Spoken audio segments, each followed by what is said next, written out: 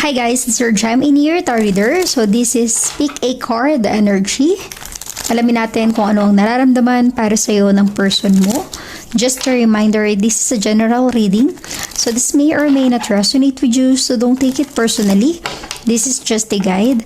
This is also a timeless reading. So kung panood mo ito sa ibang panahon at ibang pagkakataon, possible na nakatadahan ng mapanood mo ang reading na ito. Maaaring mga advice and messages na mapupull out natin ay makatulong sa iyong sitwasyon. Also, please like, share, comment, and subscribe for more videos. Give me your energy. Ano ang nararamdaman para sa iyo ng person mo? Give me your energy. Give me your energy. Ano ang nararamdaman para sa iyo ng person mo? Okay? Meron tatlong set sa iyong harapan. Set A, Set B, or Set C. Piliin mo sa tatlong set na ito na attract yung energy mo at aalamin natin kung ano ang nararamdaman para sa iyo ng person mo. Okay? Kung nakapili ka na sa tatlong set na ito, tignan mo or i-check mo sa description box yung timestamp ng napili mong set. Okay, let's start. Hi, Set A. So, alamin natin kung ano ang nararamdaman para sa iyo ng person mo. Give me your energy, Set A. Ano ang nararamdaman para sa iyo ng person mo? You have here the Eight of Swords, an air sign. Maaaring ikaw ay connected with an air sign, Gemini, Libra, and Aquarius. You have the Chariot. This is a strong Cancer energy. Water sign energy. Okay, possible na connected ka. And you have the Five of Swords, an air sign. It feels like nagkaroon kayo ng argument ng person mo. Maaaring nagkaroon kayo ng alitan, pag-aaway, hindi kayo nagkasundo. Possible na ang isa sa inyo ay may pagkama-pride or ma-ego kaya wala pang nagre-reach out. Gusto nang makipag-ayos. Pero nahihirapan kasi maaaring nangingibabaw yung pride or ego or masyadong masakit yung nabitawang salita. Kaya kahit na merong gustong mag-compromise or ayusin ang relationship, para bang nahihirapan. Alam mo yun? You have the Eight of Swords. Either ikaw ang nahihirapan sa sitwasyon na ito o yung person na connected sa'yo. Set A. Pero nafe-feel ko sa energy na ito, maaaring pareho kayong gusto nang ayusin yung disagreement nyo, yung hindi nyo napagkasunduan.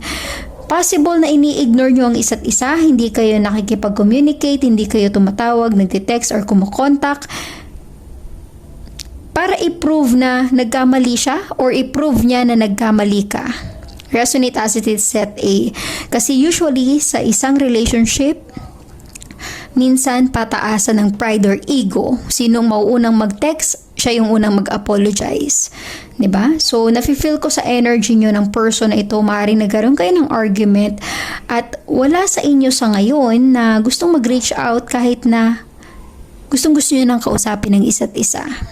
Para bang pinipigilan nyo na mag-reach out? You have the Chariot. Meaning to say, meron at merong magte-take ng action at meron at merong unang magre-reach out sa inyo. Kung sino man yun, ikaw lang nakakaalam. Set A. Okay? Ibig sabihin yan, isa sa inyo is planning to connect or to communicate. Para bang plano ng makipag-usap. Kasi nga, yung problema na yan, yung conflict na yan, hindi talaga maayos. Hanggat hindi kayo nagkakaroon ng magandang pag-uusap ng person na ito. Okay? Kasi para bang magulo yung relationship nyo sa ngayon eh. Kasi nga, hindi nyo magawang makipag-usap sa isa't isa dahil sa pride and ego. So, the Chariot energy, do something, take action bago pa lumala ang sitwasyon nyo, ang relationship nyo. Bago pa tuluyang lumayo ang isa sa inyo. Bago pa tuluyang magkaroon ng gap ang inyong relasyon. Give me more energy for Set A. Give me more energy for Set A. Give me more energy for Set A. Energy for Set A. Nararamdaman para sa iyo ng person mo. Okay. Set A, you have here, maaaring ikaw ay connected with a strong Libra. This is a Justice, an air sign. Ibig sabihin nito set A, justice will be served, fairness and balance. Tingin ko kung yung person mo yung nakagawa ng pagkakamali, siya yung magre-reach out sa'yo. Pero kung alam mo sa sarili mo, set A, na ikaw yung nakagawa ng pagkakamali, bakit mo papahihirapan ang sitwasyon? Diba? Take action, do something bago pa mahuli ang lahat. You have the Six of Swords. Kaya nagsabi ko bago pa mahuli ang lahat. Para bang there is someone na pinaplano ng mag-move on or i-let go or tuluyan ng bitawan ang koneksyon, makipaghiwalay. Kasi nga, dahil sa mga sitwasyon na pinagdadaanan nyo sa relationship, para bang isa sa inyo napapagod na. Lagi na lang argument, lagi na lang problema. Kaya ang isa sa inyo, para bang pinaplano ng mag-move on or i-let go na lang ang connection na ito. But you have the High Priestess. Maaaring iba sa inyo merong letter B or J sa pangalan mo. Resonate as it is, set A.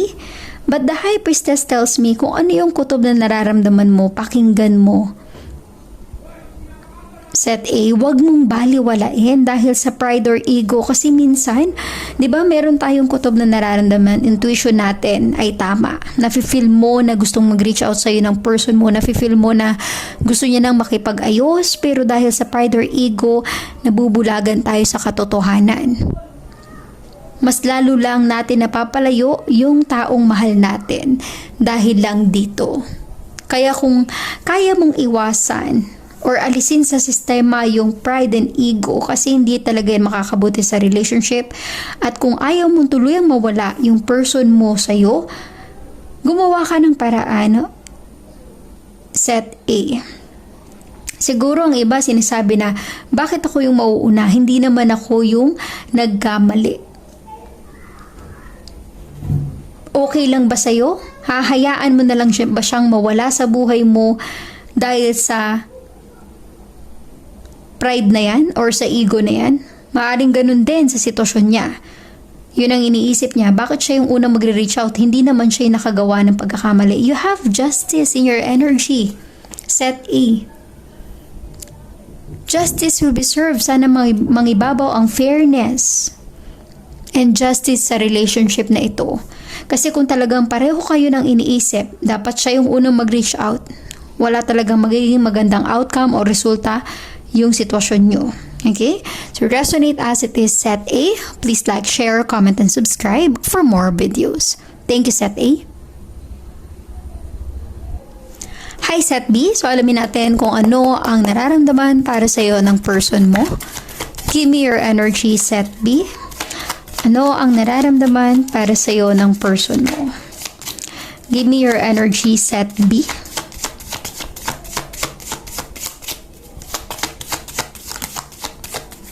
Okay. Set B, you have here the Seven of Wands, a fire sign. Maaaring ikaw ay connected with a fire sign, Aries, Leo, Sagittarius. You have the Seven of Swords, an air sign. And the Nine of Pentacles, an earth sign. Posibleng connected ka with an earth sign, Taurus, Virgo, and Capricorn. And an air sign, Gemini, Libra, and Aquarius. Okay? Tingin ko, there's a struggle sa relationship nyo ngayon ng person mo. Maaring there's a cheating, betrayal. Isa sa inyo, posibleng nagkaroon ng third party or nagkaroon ng iba. Kasi nagkakaproblema kayo sa relationship dahil na rin sa maraming humahadlang sa connection nyo. With the Nine of Pentacles, maaring marami ka rin namang pinagkakaabalahan o yung person na connected sa'yo, set B, parang feeling mo busy, wala nang time para sa'yo.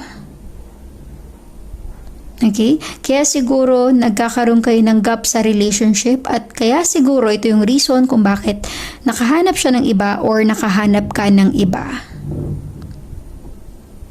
Ibig sabihin nito, lack of time. Possible na gusto yung iparating sa'yo ng person mo na wala na kayong quality time sa isa't isa or posibleng ito yung gusto mong iparating sa person mo. Kaya siguro there's a struggle in this energy. Kasi nafe-feel ng isa sa inyo para bang mas masaya siya with other people. Kaya siguro nagawa yung cheating and betrayal, stab in the back, third party situation. Okay? Maaaring nag-struggle kayo sa relationship because of that. Give me more energy for set B.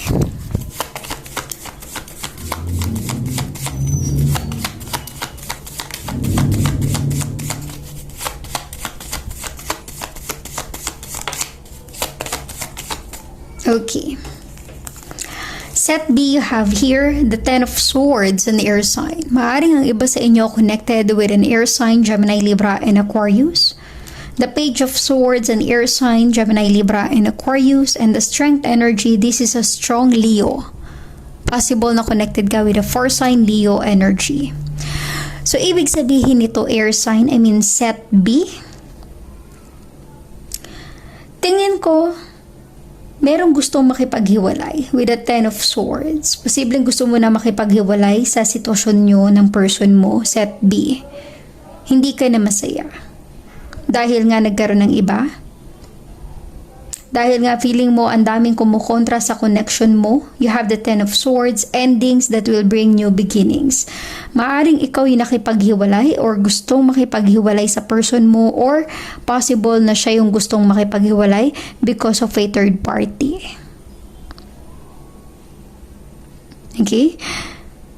I'm really getting here set B. Sa sitwasyon nyo ng person mo, maaring malabo ng mag-aayos. Okay? Posible na hindi na maibalik yung dating kayo because you have the Ten of Swords. Para bang with the Page of Swords, alam mo yung may pagdududa na sa relationship na hindi talaga ito mag-work out dahil nagkaroon na ng trust issue. Ibig sabihin ito, hirap na magtiwala. Kaya para bang hirap nang maibalik yung nakaraan nyo. Lalo na ikaw siguro yung naloko. Mahirap na para sa'yo set B na ibalik yung tiwala. With the Page of Swords, nag-aalinlangan ka ng makipag-usap or mag-reach out sa person mo. Parang nawala na yung pagmamahal set B. Because of this negative energy, cheating and betrayal. Na-compromise yung feelings mo para sa kanya. So, meaning to say, set B, it feels like you have the Nine of Pentacles and the Strength. Tingin ko, kinakaya mong mag-isa sa buhay na ito nang wala siya sa'yo. Kinakaya mo nang wala siya sa buhay mo, set B. Self-love, self-care. Nagpapakatatag ka, kahit mahirap, 'di ba? Hindi madaling mag-move on. Lalo na't minahal mo yung tao. Nag-invest ka ng panahon, oras at pagmamahal sa taong ito pero nagawa niyang lokohin ka. Kaya siguro pinipilit mong makarecover, set B. Maaaring ang iba sa inyo nagpapaka-busy pero somehow naalala mo pa rin yung person na ito. Kaya nga sa ngayon siguro kaya ka nakikinig ng ganitong reading just to verify kung ano ba yung nararamdaman niya para sa iyo. Nafe-feel ko sa energy ng person mo may pagkamagulo pa ang kanyang sitwasyon, kaya siguro wala pang handang mag-reach out. Para bang sa connection or sa relationship nyo na ito, set B, merong unfinished business or unresolved issue between you and your person. Hindi pa matuldukan or matapos-tapos ang connection. Para bang nag-fall apart na lang kayo. So resonate as it is, set B. Please like, share, comment, and subscribe for more videos. Thank you, set B. Hi, set C. So alamin natin kung ano ang nararamdaman para sa iyo ng person mo. Give me your energy, set C. Ano ang nararamdaman para sa iyo ng person mo? Okay. Set C, you have here the Six of Pentacles and Earth sign. Maaaring ikaw ay involved with an Earth sign, Taurus, Virgo, and Capricorn. The King of Pentacles and Earth sign. And the Ace of Wands, a Fire sign. Maaaring ikaw ay involved with the Aries, Leo, and Sagittarius with the Ace of Wands. Ibig sabihin nito, set C, maaaring there's a new passion or new connection. Para bang may mga pinagkakaabalahan kayo ng person mo or posibleng may pinagkakaabalahan siya sa buhay niya. Magpayaman with the King of Pentacles. Tingin ko, maraming blessing and opportunity na dumarating sa buhay niya. Posibleng nawawalan siya ng time, panahon para sa iyo, set C. Okay, let us clarify more your energy. Maaring yung person mo may kaya, mayaman, may business, busy. Maraming pinagkakaabalahan. Let us clarify. You have the Six of Pentacles. The Six of Pentacles is usually some kind of a justice. Okay? Fairness, balance. Give me your energy. You have the Three of Swords. Maaring ikaw ay connected with an air sign, Gemini, Libra, and Aquarius. Let's see. Merong broken-hearted. You have Wheel of Fortune. And the Seven of Cups. A water sign, Cancer, Scorpio, and Pisces.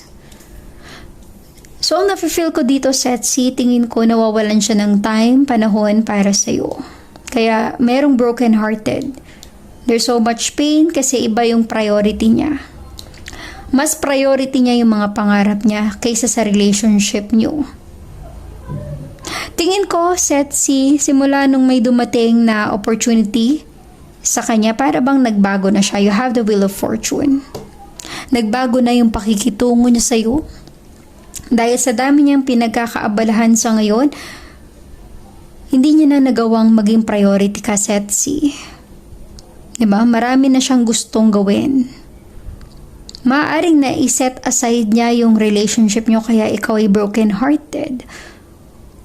Umaasa ka na ma-reciprocate yung time and effort na ini-invest mo sa relationship pero hindi niya ito magawa kasi iba yung pinagkakaabalahan niya. Marami siyang pinagkakaabalahan sa buhay. Tingin ko, ito yung priority niya, Setsi, kaya nawawalan siya ng time sa'yo. Possible din na ang iba sa inyo is trying to move on. Pero hirap ka. Hirap kang makamove on, Setsi. Kasi hanggang ngayon, mahal mo pa rin siya. Kaya siguro nakikinig ka ng ganitong reading just to verify kung ano yung nararamdaman niya para sa'yo. Pero ang nafe-feel ko sa sitwasyon na ito, Setsi, dahil sa sobrang busy niya, hindi natin masasabi kung ganun pa rin yung feelings niya for you or baka nagbago na ito. Because you have the Ace of Wands. May iba na siyang pinagkakaabalahan. Hindi natin alam kung ito ay career, business, or another connection with someone.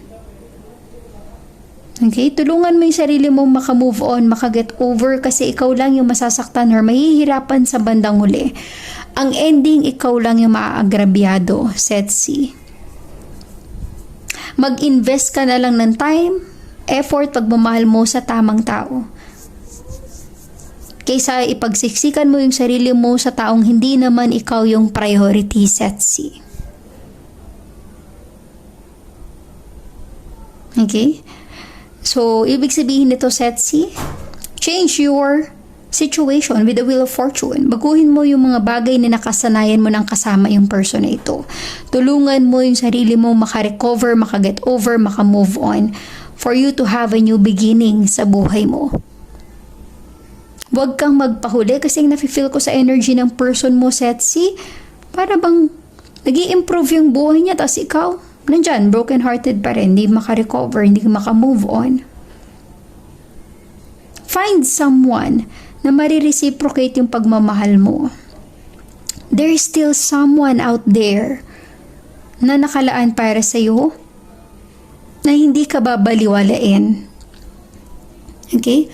Huwag mong sayangin yung pagmamahal mo sa maling tao. Kasi meron at merong destiny para sa'yo.